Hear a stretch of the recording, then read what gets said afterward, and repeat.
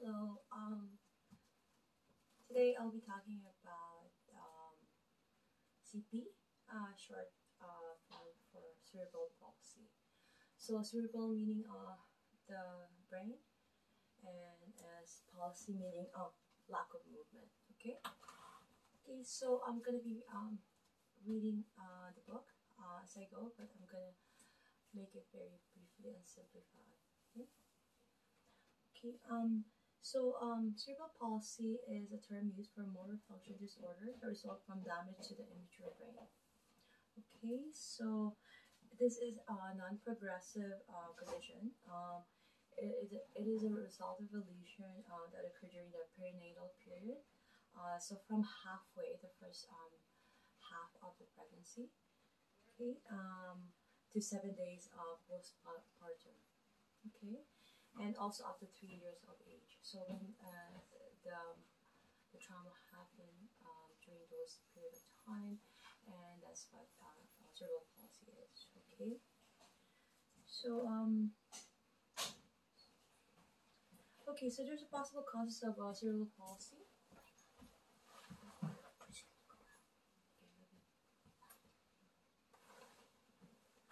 Okay, stay safe. Okay, pray. Okay. Okay. Sorry about that. Love you, baby. Good. There's a variety of possible causes of CP. Okay, there's hypoxia, ischemia that can occur in utero from a kink in the umbilical cord or the cord wrapping around the fetal's neck. Maldevelopment of the placenta or shock in the mother from an accident. Okay, postpartum hypoxia or ischemia can result from suppression of the respiratory centers because of over medication of the mother just before birthing. Okay, or pneumonia, or a collapsed lung, or drowning of the infant. Okay, another factor or cause for CP would be trauma or rupture of the cerebral blood vessels. So um, anything that is around the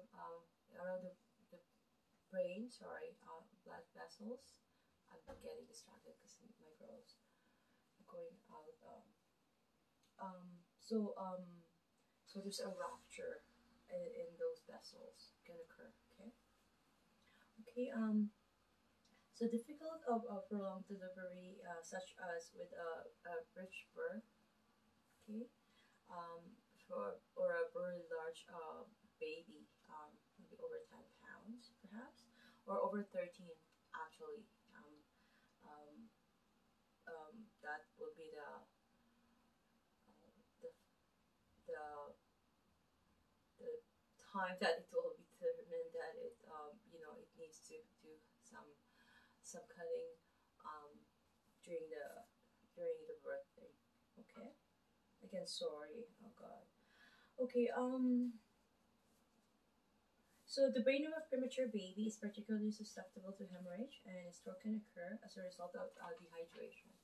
So that's very fatal. Okay. Toxicity and infection can lead to brain damage. In utero, versus Rh factor incompatibility or an infection in the mother, such as measles, shingles, or a virus, can damage brain cells.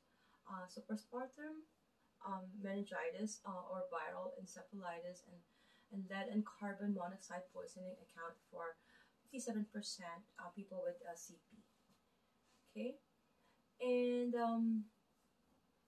so it's estimated that 1 in every 500 babies and up to 1 in 3 premature baby are affected to some extent with CP.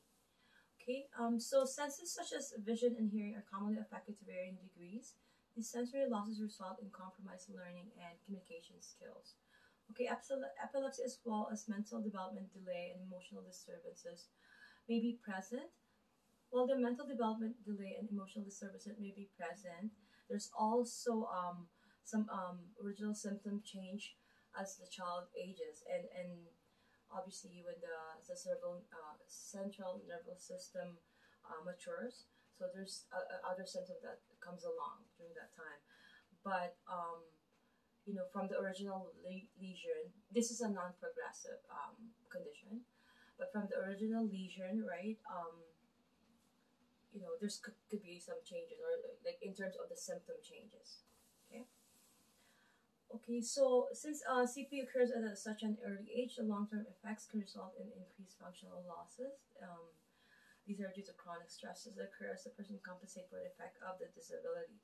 There's going to be a postural dysfunction, such as scoliosis, hyperkyphosis. It can combine with respiratory and GI function, um, gastrointestinal function. Okay, and pain syndromes, acute or chronic, can be musculoskeletal because of the altered posture. Okay, neurological because of some peripheral nerve.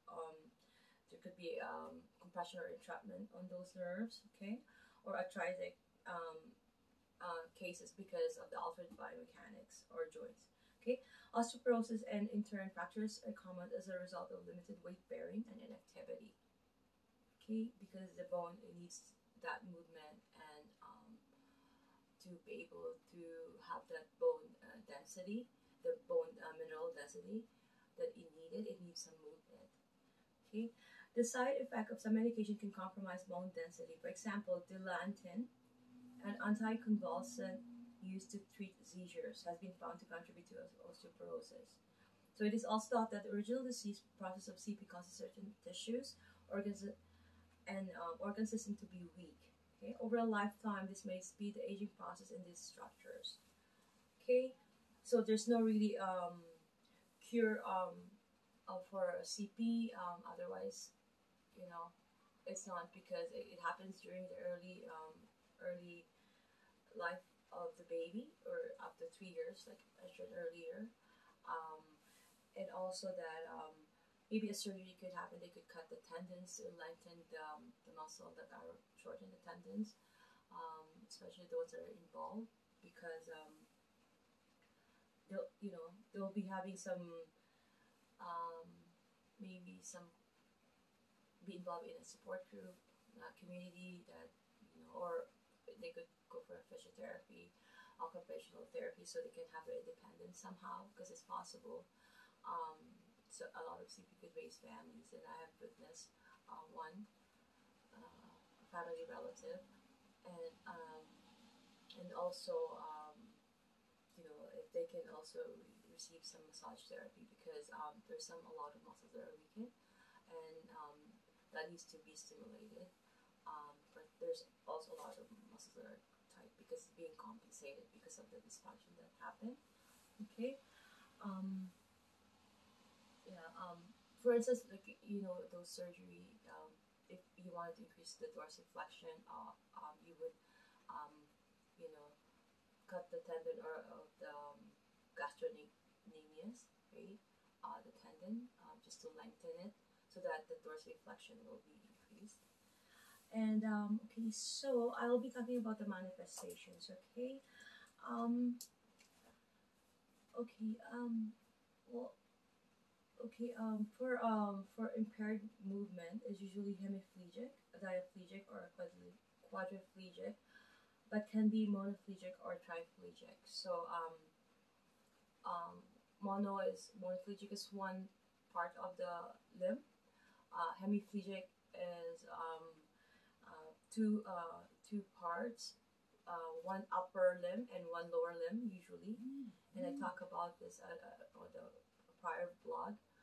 The most common is the flexor pattern and extensor pattern at the lower limb. Okay. So if it's diplegic, there's two, either both hands or both upper limb, or both legs, both lower limb. Okay, or quadriplegic, we mean all four. Okay, or triplegic or mono. Okay. Okay, so there are a variety of movements disorder. I'm gonna read this to you guys. Okay, so spasticity is the most common. It increases with pain, stress, and emotions such as fear or anxiety. Rigidity is possible. So aditoid movements are slow and rhythmic. They increase with voluntary movement and stop with sleep. So coriform movements are quick, uncontrolled, and without purpose. They do not stop with sleep. So ataxia is a lack of coordination and clumsiness of movements. Ataxia in the face causes grimacing. It is sometimes accompanied by intention tremor. Okay, so intention tremor is when you're trying to do movement, and it will do some tremor, some, right? Well, the other one is a resting tremor. When the arm is resting, it will have some tremor. Okay, those are the difference. Okay, placidity may be present in the first year or two. Okay, it will then change to spasticity or attitude movement. Right, so the first 2 years will be placidity, and then eventually it will be spasticity more or attitude movement. Okay. Okay. Reflex movement may be present. This may be early development reflexes that will usually disappear as the child develops. With affected muscles are usually sensitive to stretching. Okay, make sure that when they're going to therapy, that stretching, the affected muscle is really a no-go. We can do other ways to, we can do a GTO on that, right, in their techniques to be able to lessen the spasm or spasticity state of the muscle affected. Okay, and so pain can result from muscular, neurological, and body changes. It can be acute or chronic, and pain can be caused by long-term postural changes and imbalances which result from impaired movement and compensation. Okay, CP causes many postural dysfunctions. Scoliosis can be present, as I mentioned. So as the person with CP ages, this can lead to respiratory difficulties due to decreased verb movement and compression of the lung and diaphragm on the concave side. Hyperlordosis and hyperkinesis may be present. Contracture formation, usually surgery is often performed during childhood to lengthen the affected tendons, like I mentioned earlier. Equinus deformity is caused by a short Achilles tendon, which reduces dorsal flexion, like I mentioned. Internal rotation of the hip is common with spastic diplegia. Hip flexion contracture is common, right, because they're in a flex hip situation. Arthritis could develop due to poor biomechanics. Okay, so stenosis of the cervical spine is at risk, especially with attitude cerebral palsy. Okay, osteoporosis is likely if the person is not weight bearing or inactive for many years, because, like I said, we need to do that. BMD for the bone mineral density. Okay, there has to be some weight bearing or some movement or in the joints. Okay, peripheral nerve compressions are possible as a result of postural imbalances. Okay, they'll be hyperkyphotic. They'll have perhaps some TOS or any brachial, plexus compression. Epilepsy may be present as a result of the CNS lesion. That's common. Tissue health is often compromised. Tissue atrophy is likely for people with over 60. They're not able to do any traditional form of exercise, right? They'll be in a wheelchair, so to speak, and it's not good. Okay, so there can be a variety of sensory losses, right? Also, people who in a wheelchair can develop difficult ulcer, right? Sorry, I'm not able to pronounce. Decubitus ulcer. Okay, so there's that sensory loss. They're not able to distinguish between objects and all that, or distance wise. Okay, generally, perception of pain, temperature, and pressure is not affected. So bowel and bladder function are usually compromised. So esophagitis, gastritis, and ulcers may be present. Constipation and gastrointestinal problems can be secondary to medication use as well as decreased activity. Postural dysfunction and aging. Okay, there's going to be a speech difficulty as well. Dysrhythmia, which is impairment of the muscle involved in producing the speech. Okay, hearing impairment may be slight or profound in a manner, and vision can be normal or limited.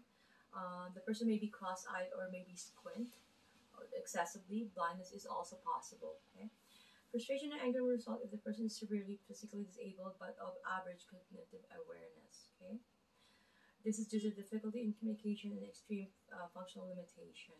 So they're mental aware, but they're not able to express it because of the speech difficulty they're going through with CP. So they're having psychological, changes, right? They're irritable, mood swing, they're depressed. Okay, so many associate intellectual impairment with CP In fact, intellect may or may not be affected. So estimates vary because of the difficulty in assessment when communication skills are affected. It is more important to be aware that the degree of physical disability in a person with CP does not indicate her level of intelligence. So that's very interesting. Like what I said, they could be mentally okay, but just the physical aspect is not. Okay, so anything that is not indicated for massage therapy will be a joint play with aggressive mobilization technique. Okay, like rib spring if there's osteoporosis, right, or osteoarthritis. Usually with adult diagnosed with CP or with CP. Okay, so you cannot increase sympathetic nervous firing. Okay, it will increase the symptom, exacerbate. You have to avoid any vigorous or painful technique, and modify pressure and hydrotherapy application on any areas, like especially in the any alteration of the sensory. So we need to do a testing of the dermatomes and the weakness of the muscles and myotomes. Okay, we have to modify positioning. GSM, Swedish technique, and hydrotherapy. Um, for hypertension, if present, we have to modify those things. Okay, the presence of the cubitis ulcer is a very cautious. The local massage, we cannot touch that area. If the therapist observed the early signs of an ulcer, redness, and possibly heat, swelling, and pain, the client is really referred for a medical emergency or medical attention immediately, at least. Okay, especially for elderly. Okay, avoid friction if the client is on anti-inflammatories. That should do all well for CP. I hope I was able to explain it briefly or able to read it in the book briefly. Thank you so much, folks. Sorry for being tired and for having some disruptions. Thank you. God bless.